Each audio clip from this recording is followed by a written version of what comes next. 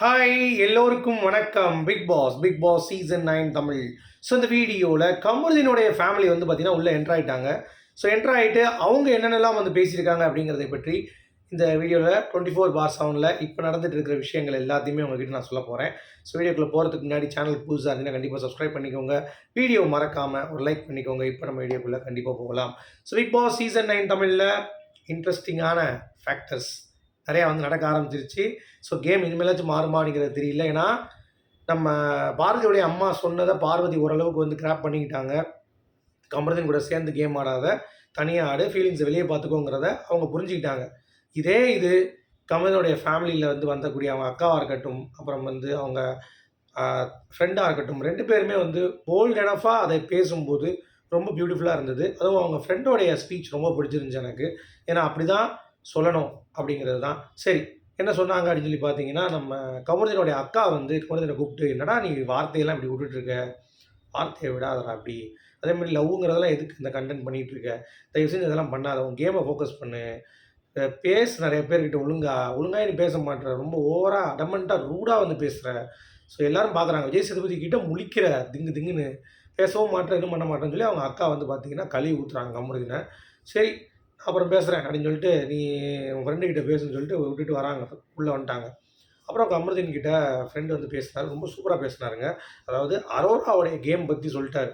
அரோராவை நீயும் பார்வதியும் சேர்த்து இந்த ட்ரையாங்கிள்னு கொண்டு வந்து தானே வளர்த்து விட்டீங்க. இல்லாட்டி அவளாம் எப்பயோ போயிருப்பாடா. அவளை வந்து நீங்கள் இப்போ ஒரு நல்ல ஒரு பிளேயராக நீங்கள் வளர்த்து விட்டீங்க அப்படின்ற மாதிரி ஓப்பனாக வந்து சொல்லிட்டாரு. அது மட்டும் இல்லாமல் கமருதீன் உன்னோட வார்த்தையை நீ வந்து கண்ட்ரோல் பண்ணி தான் ஆகணும். ரொம்ப கேவலமாக வந்து பேசுகிற.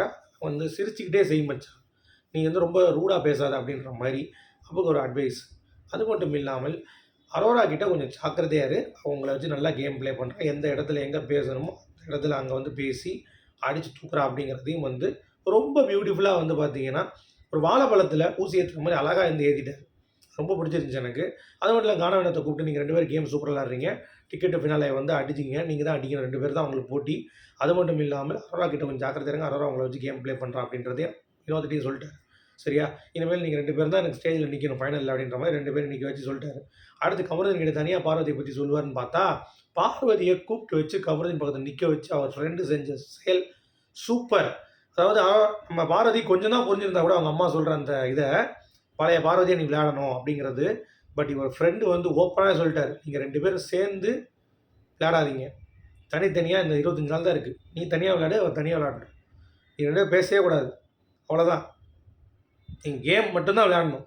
பேசுகிறத வெளியே வந்து பேசிக்கோங்க. ஃபீலிங்ஸ் இருக்கோ இல்லை மண்ணாங்கட்டி இருக்கோ எல்லாத்தையும் வெளியே வந்து பேசிக்கோங்க அப்படின்னு சொல்லிட்டு அரோரா பற்றி பேசினப்ப பார்வதி சொன்னாடி, நான் தான் சொன்னேன்டா அரோரா வந்து லவ் ட்ரையாங்கிள் பண்ணுறான்ட்டு, நீ தாண்டா அப்படின்னு சொல்லிட்டு அவனுக்கு கொஞ்சம் புரிய வைடா, புரிய மாட்டேங்குது அப்படின்ற மாதிரி வந்து பாரதின்னு சொல்லிட்டா. இப்போ பயங்கர திங்கிங் பாரதிட்டு போயிட்டுருக்கு. ஆஹா, நம்ம எமோஷன்ஸில் இந்த மாதிரி கேம் விட்டுட்டோமே, இனிமேலாச்சும் ஒழுங்காக விளாடணும் அப்படின்ற மாதிரி ஒரு பக்கம் வந்து பார்த்திங்கன்னா இருக்குது. பட் ஒரு ஃப்ரெண்டு ரொம்ப ஜென்யூனாக எல்லாரோடைய கருத்துக்களையும் முன் வச்சார். நம்ம ஆடியன்ஸ் எல்லாம் வந்து பாரதிகிட்ட என்ன எதிர்பார்க்குறோம், கமருதீன் கிட்ட என்ன எதிர்பார்க்குறோம் அப்படின்றத அழகாக வந்து சொன்னார்.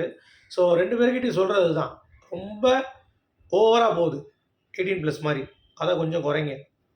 ஓப்பனாக அடிச்சிட்டார். நீங்கள் 2 பேரும் சேர்ந்து சில விஷயங்கள் பண்ணுறதெல்லாம் வந்து பிடிக்க மாட்டேங்குது. கேமில் ஃபோக்கஸ் பண்ணுங்கள். 2 பேர் கேமும் தனித்தனியாக ஆடுங்க. சரி, அது மட்டும் இல்லாமல் பார்வதி ஒரு இடத்துல நல்லா பேசுகிறப்ப பாயிண்ட்டாக வந்து பேசிடுறா. நீலாம் வந்து நிறைய இடத்துல வந்து பார்த்தீங்கன்னா உனக்கு வந்து பாயிண்ட் பேச தெரில, நிறையா கெட்ட வார்த்தை பேசுகிற, அதெல்லாம் நீ வந்து தடுத்துக்கோ. அப்போ தான் வந்து ஒரு கேமோட டைமென்ஷன் வந்து கண்டிப்பாக வந்து மாறும், வேறு ஜோனுக்கு போகும். அதுவே நீ வந்து பிடிச்சிட்டு இருக்காது அப்படின்ற மாதிரி ஏகப்பட்ட அட்வைஸுங்க. ஓகே, ஸோ இதை கமருதீன் புரிந்து கொண்டாரான்னு கேட்டிங்கன்னா, நீ எல்லா கூடயும் அழைச்சிரு. பாரதிகிட்டையும் பேசிட்டாரு. ஸோ இதுதான் உங்கள் கேமை அஃபெக்ட் பண்ணுது. பாரதி தான் கேட்டாங்க என்ன ஆச்சு அப்படின்னு சொல்லி கேட்டப்ப, இவ்வளோ தான், இதுதான் உங்கள் கேம் அஃபெக்ட் பண்ணுது. நீ தனியாக ஆடணும், அவன் தனியாக ஆடணும்.